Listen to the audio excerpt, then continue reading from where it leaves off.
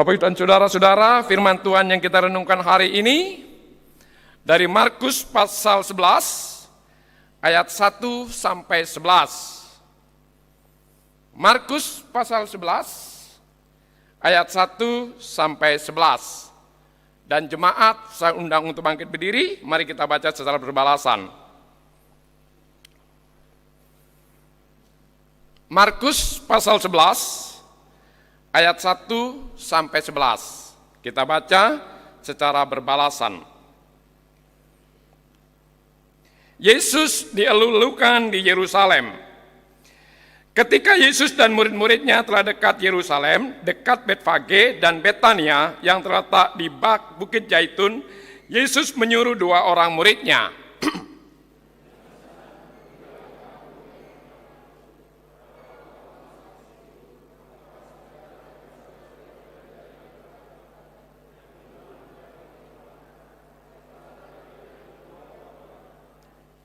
Dan jika ada orang mengatakan kepadamu, mengapa kamu melakukan itu? Jawablah, Tuhan memerlukannya, ia akan segera mengembalikannya ke sini.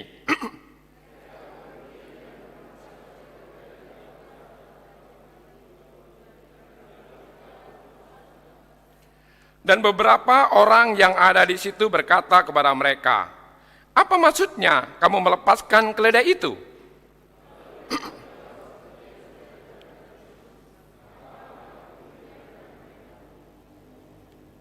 Lalu mereka membawa keledai itu kepada Yesus dan mengalasinya dengan pakaian mereka, kemudian Yesus naik ke atasnya.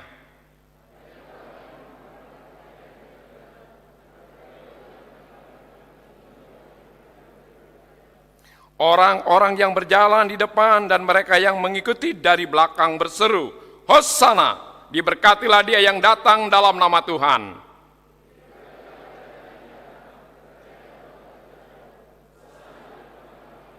Sesampai di Yerusalem, ia masuk ke bait Allah, di sana ia meninjau semuanya.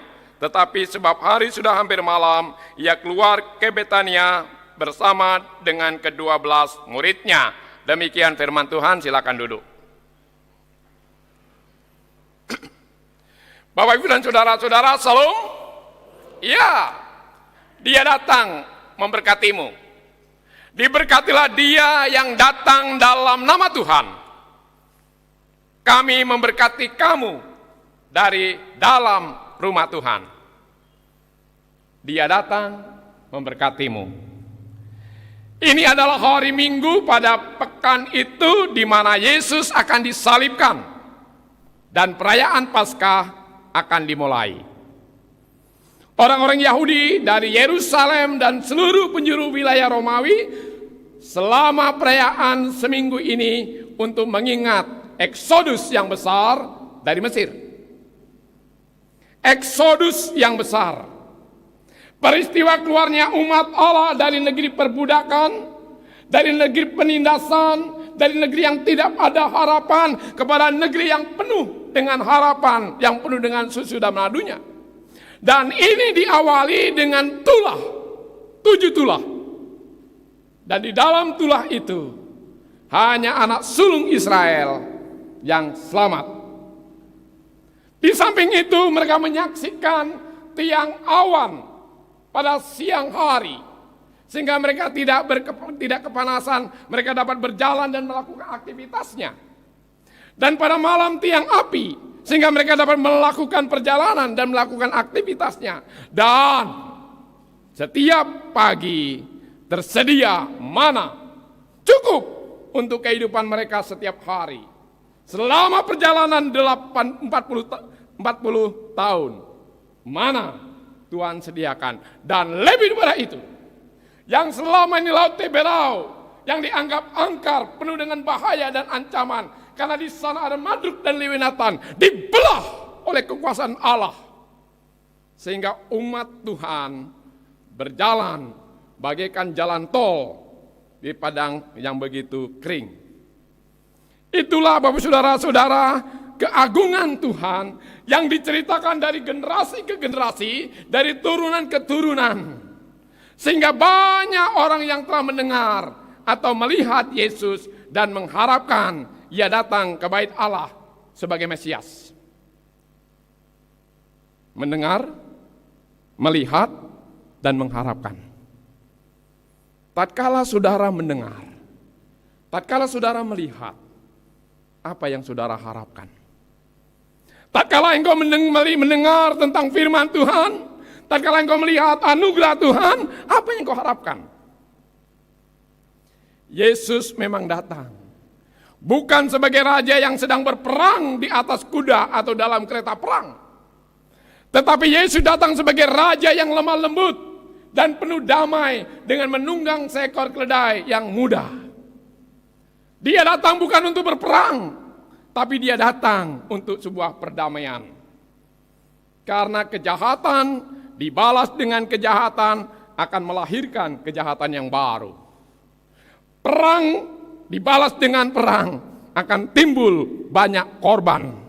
Karena di dalam peperangan hanya dua pilihan, dibunuh atau membunuh, dibinasakan atau membinasakan. Tidak ada lagi. Tapi Yesus datang untuk memberikan hidup. Aku datang untuk memberikan hidup, bahkan hidup yang berkelimpahan. Bapak saudara-saudara, Yesus mengetahui bahwa orang yang mendengar pengajarannya di bait Allah akan kembali ke tempat asal mereka di seluruh dunia. Dan mereka akan memberitakan tentang kedatangan Mesias. Bayangkan orang Yahudi berdatangan, mendengar firman Tuhan, diberitakan tentang janji Mesias yang akan datang, dan mereka akan kembali. Sehingga berita ini akan tersebar ke seluruh dunia pada masa itu. Bapak saudara-saudara, inilah strategi. Waktu yang tepat, tempat yang tepat, pribadi yang tepat, perintah yang tepat, dan jawaban yang tepat. Hal ini dapat kita lihat di dalam ayat 1 sampai ayat 6. Tuhan memerlukan keledai. Dan kamu pergilah ke depan, karena di sana ada keledai yang tertambat, yang belum pernah ditunggangi. Ambillah itu, dan jika orang tanya, Guru memerlukannya dan akan segera mengembalikannya. Di sana banyak keledai berkeliaran, tapi di sana ada keledai yang tertambat, yang muda, yang belum pernah ditunggangi oleh manusia. Dan di sana banyak orang berhirip pikuk, hilir mudi. Tapi di sana ada orang yang akan datang bertanya, mengapa kau ambil keledai ini? Guru memerlukannya. Bapak saudara-saudara, disinilah kita melihat Tuhan Yesus tidak pernah salah. Tuhan Yesus tidak pernah salah di dalam perkataannya, dalam perintahnya, juga dalam janji-janjinya. Dan Tuhan Yesus tidak pernah salah mengenal saudara dan saya. Tuhan Yesus mengenal pasti Sepudidoyo di antara berapa miliar manusia di dunia ini. Ada berapa manusia di dunia ini? 7 miliar. Tapi di antara 7 miliar itu, Tuhan Yesus tidak pernah salah mengenal pribadi Sepudidoyo. Tuhan Yesus dapat melihat di mana engkau berada. Tuhan Yesus dapat melihat di mana perjalananmu. Tuhan Yesus melihat di mana engkau saat ini berbaring. Sehingga firman Allah katakan, aku tahu tatkala engkau berdiri. Aku tahu tatkala engkau berbaring. Aku tahu tatkala engkau berada. Dari belakang aku mengurungmu. Dari tengah aku mendampingimu. Dari depan aku membimbingmu. Ini janji Tuhan untuk kehidupan kita. Namun demikian orang-orang yang berseru Hosana, Hosana, orang-orang berseru Hosana. Mengapa? Karena mereka mengetahui bahwa Yesus sedang menggenapi nubuat di dalam Zakaria tadi. Mereka berbicara tentang kerajaan Daud, karena firman Allah datang kepada Raja Daud. Orang banyak itu dengan tepat melihat Yesus sebagai penggenapan dari nubuat-nubuat ini, tetapi mereka tidak memahami kemana tujuan dari kedudukan Yesus sebagai Raja. Mereka mengharapkan Yesus tampil sebagai Mesias yang punya supranatural dengan kekuatan tinggi dari hadirat Allah, dengan pengurapan Allah sebagai pahlawan yang membela dan membebaskan dan memimpin umat Israel bebas dari Romawi. Mereka mengharapkan panglima pemimpin politik yang memiliki kekuatan kuasa supranatural yang dijanjikan Allah, yang akan membawa pembebasan bagi umat yang terjajah, tertindas, teraniaya, dan yang tidak berdaya. Ini dia figurnya. Ini dia pribadinya. Ini dia Yesus, Mesias yang sudah dinubuatkan sekian ratus tahun. Bapak saudara-saudara, mereka salah memahami. Karena Yesus datang untuk memperdamaikan, bukan untuk mencerai-beraikan. Yesus datang untuk memberikan hidup, bukan untuk membinasakan. Sehingga ketika Yesus diadili di beberapa hari kemudian, orang banyak yang sama ini berseru, salibkan dia, salibkan dia. Bapak saudara-saudara, seperti orang-orang yang menyaksikan parade kemenangan Yesus masuk ke Yerusalem, kita berharap melihat apa yang kita pikirkan harus dilakukan Allah untuk buat hidup kita. Bukankah kita juga mengharapkan hidup ini lebih baik?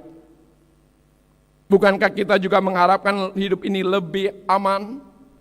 Bukankah kita juga mengharapkan hidup ini lebih menyenangkan? Aku puas. Aku puas. Apakah Bapak saudara-saudara mengalami kepuasan dalam hidup sekarang? Dalam keadaanmu sekarang, dalam kondisimu sekarang, dalam pekerjaanmu sekarang, dalam jabatanmu sekarang. Banyak orang tidak mengalami kepuasan. Karena bagi orang yang belum mendapatkan harta, dia masih mencari harta sebanyak-banyaknya. Bagi orang yang sudah banyak hartanya, dia ingin menambah hartanya. Bagi orang yang sudah memiliki kekayaan yang luar biasa, ingin mempertahankan kekayaannya. Jadi semua dalam kegelisahan dan keresahan, ketidakpuasan dalam hidupnya. Yang belum dapat ingin mendapatkan, yang sudah dapat ingin menambah, yang sudah kebanyakan ingin mempertahankannya. Dalam kondisi yang seperti ini, manusia kadang-kadang sulit mengalami kepuasan dalam hidupnya. Apakah aku puas atas hidupku sekarang? Apakah aku puas akan jabatanku sekarang? Apakah aku puas akan keluargaku sekarang? Apakah aku puas akan persekutuan aku sekarang? Karena di dalam kepuasan itu ada kesenangan. Di dalam kepuasan itu ada kegembiraan. Di dalam kepuasan itu ada sukacita. Di dalam kepuasan itu ada kebahagiaan. Di dalam kepuasan itu ada semangat. Orang yang kaya belum tentu puas. Orang yang pandai, S1, S2, S3, profesor sekalipun, belum tentu puas. Orang yang banyak teman, relasinya pun belum tentu puas. Tapi orang yang puas atas hidupnya, dia menikmati kesenangan. Bapak saudara-saudara, ya, seperti penonton yang bersemangat, kita tidak sabar, ingin segera melihat penderitaan ini berhenti. Penderitaanku ini berhenti, ketidakadilan ini diperbaiki, kesejahteraan ini dimulai. Aku merindukan itu. Aku mengharapkan itu. Aku berdoa untuk itu. Agar penderitaan ini berhenti, ketidakadilan ini diperbaiki, dan kesejahteraan dimulai. Kalau demikian, di mana kita mulai? Kedatangan Mesias menjanjikan hal itu. Kedatangan Kristus menyatakan hal itu. Pencuri datang hanya untuk mencuri, membunuh dan membinasakan, tetapi aku datang untuk memberikan hidup, dan hidup itu yang berkelimpahan. Bapak saudara-saudara, seperti orang-orang di jalan menuju Yerusalem pada masa itu, Kita harus belajar banyak tentang kedatangan dan kehadiran Kristus sebagai Mesias yang di dalamnya ada kematian dan kebangkitan Dia. Kita tidak boleh membiarkan keinginan pribadi kita menarik kita dalam perayaan sorak-sorai agar kita tidak kehilangan makna murid yang sejati. Murid mayoritas, murid minoritas, murid yang sejati. Banyak murid, sedikit murid, tapi apakah ia murid yang sejati? Bapak saudara-saudara, di dalam kegembiraan perayaan kita harus mengingat bahwa mengikut Kristus adalah mencakup juga kesukaran, penderitaan, dan kematian. Kesukaran, penderitaan, kematian. Dalam hal inilah mengajak kepada saudara dan saya kesadaran bahwa Kristus lahir bagiku, Kristus mati bagiku, Kristus bangkit bagiku, dan Kristus hidup bagiku. Kristus tinggal di dalam aku, dan aku tinggal di dalam Kristus. Jika Kristus tinggal di dalam kamu, dan kamu tinggal di dalam Kristus, maka kamu akan berbuah. Sebab di luar aku, kamu tidak dapat berbuat apa-apa. Jika firman-Ku tinggal di dalam kamu, dan kamu tinggal di dalam firman-Ku, maka kamu akan berbuah. Sebab di luar aku, kamu tidak dapat berbuat apa-apa. Bapak saudara-saudara, khususnya saudara-saudara P2M yang akan dilantik, dalam hal inilah kita akan menjadi murid yang sejati jika kita menyadari bahwa di dalam diri Kristus, di sana ada kelahirannya, di sana ada kematiannya, di sana ada kebangkitannya, di sana ada kehidupannya, dan kita masuk di dalamnya, solider atas hal ini, dan kita ikut serta di dalamnya. Sehingga kita dapat menjadi murid yang sejati jika Kristus tinggal di dalam kita dan kita di dalam Kristus. Dengan demikian, maka kita akan menjadi murid yang sejati. Murid yang sejati akan melayani penuh dengan kerelaan, penuh dengan ketaatan, penuh dengan kesediaan, penuh dengan keikhlasan, penuh dengan ketulusan, dan penuh dengan kesenangan dan sukacita. Ia melayani tanpa pamrih.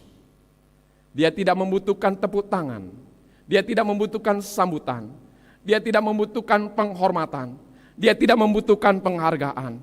Dia tidak membutuhkan dielu-elukan. Dia melayani karena dia telah dilayani. Dia dikasihi karena dia telah dikasihi.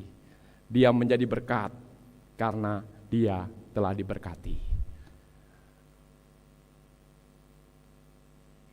Aku memerlukan keledai yang tertambat di sana.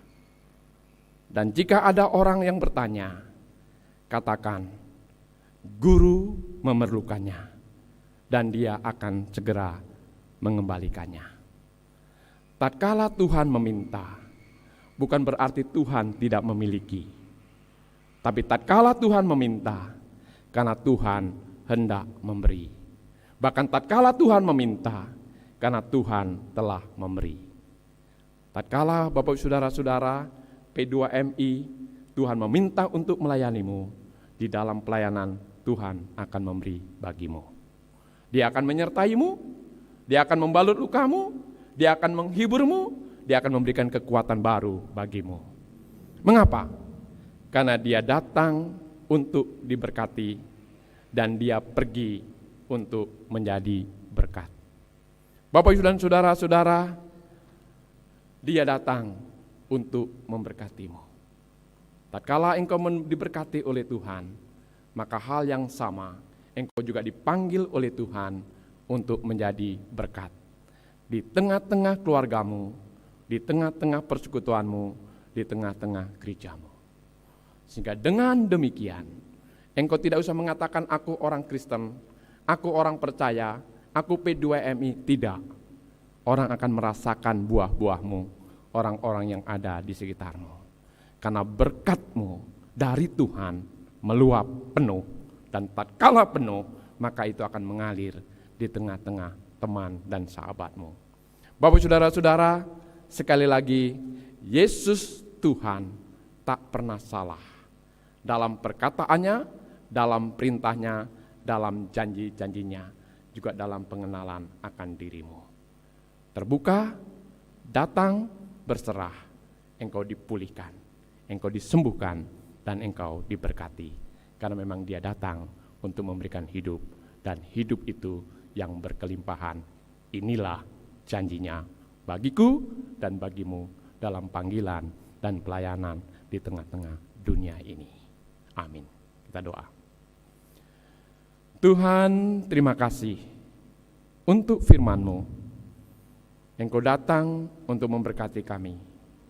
Biarlah kami juga pergi untuk menjadi berkat. Kami bersyukur karena Engkau tidak pernah salah atas perkataanmu, perintahmu, janjimu, bahkan pengenalanmu bagi kami. Curahkan anugerah-Mu melimpah, agar kami juga menjadi berkat bagi umat manusia dan dunia. Dunia yang terus berubah dan akan berubah, tapi kami hadir dengan kasih-Mu yang tidak pernah berubah. Demi Yesus Kristus. Amin.